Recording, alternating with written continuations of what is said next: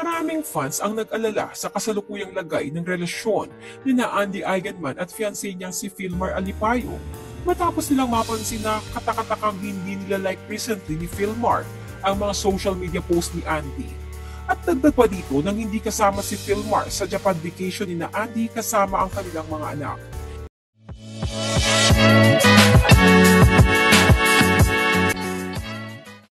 April 30, Tuesday, nang mag-post si Andy Eigenman ng mga pictures na kuha sa kanilang Japan vacation kung saan kasama niya ang half-brother niya sa ama na si Gabby Eigenman at ang kanilang mga anak. Pero ang isa sanang payapang bakasyon ay napahira ng kontrobersya nang sa pag-uwi ni Andy sa Pilipinas ay salubungin siya ng intriga na di umano sila ng fiancé niya si Philmar Alipayo ay hiwalay na. Nagugat ang issue nang mapansin ng netizens na katakatakang hindi na daw nilalike ni Philmar ang mga social media post ni Andy at maaaring kaya rin hindi kasama si Philmar sa Japan ay dahil sa hiwalay na raw ang mag-fiancé.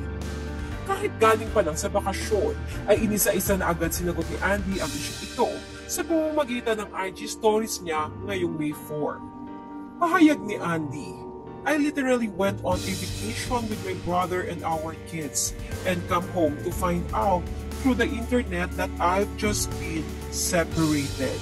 Naglabas rin ng sama ng loob si Andy na anya'y tila hindi daw nagugustuhan ng mga tao na kasalukuyan pa siyang nagluluksa sa biglaang pagkawala ng ina niyang si Jacqueline Jose. Becky daw ang lungkot na ipinapakita niya.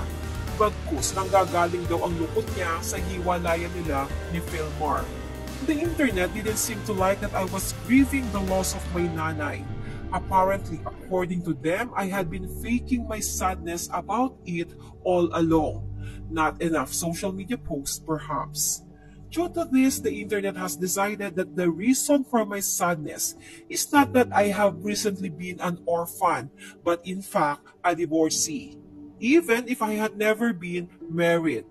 Help! Natato ang tugon ni Andy.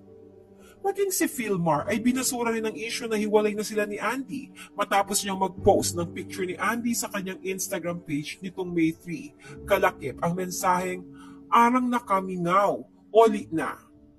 Matatanda ang bago tumungo sa Japan sina Andy ay sinamahan pa niya si Philmar sa isang ospital para sumailalim sa mga medical test para sa kanyang congenital heart defect.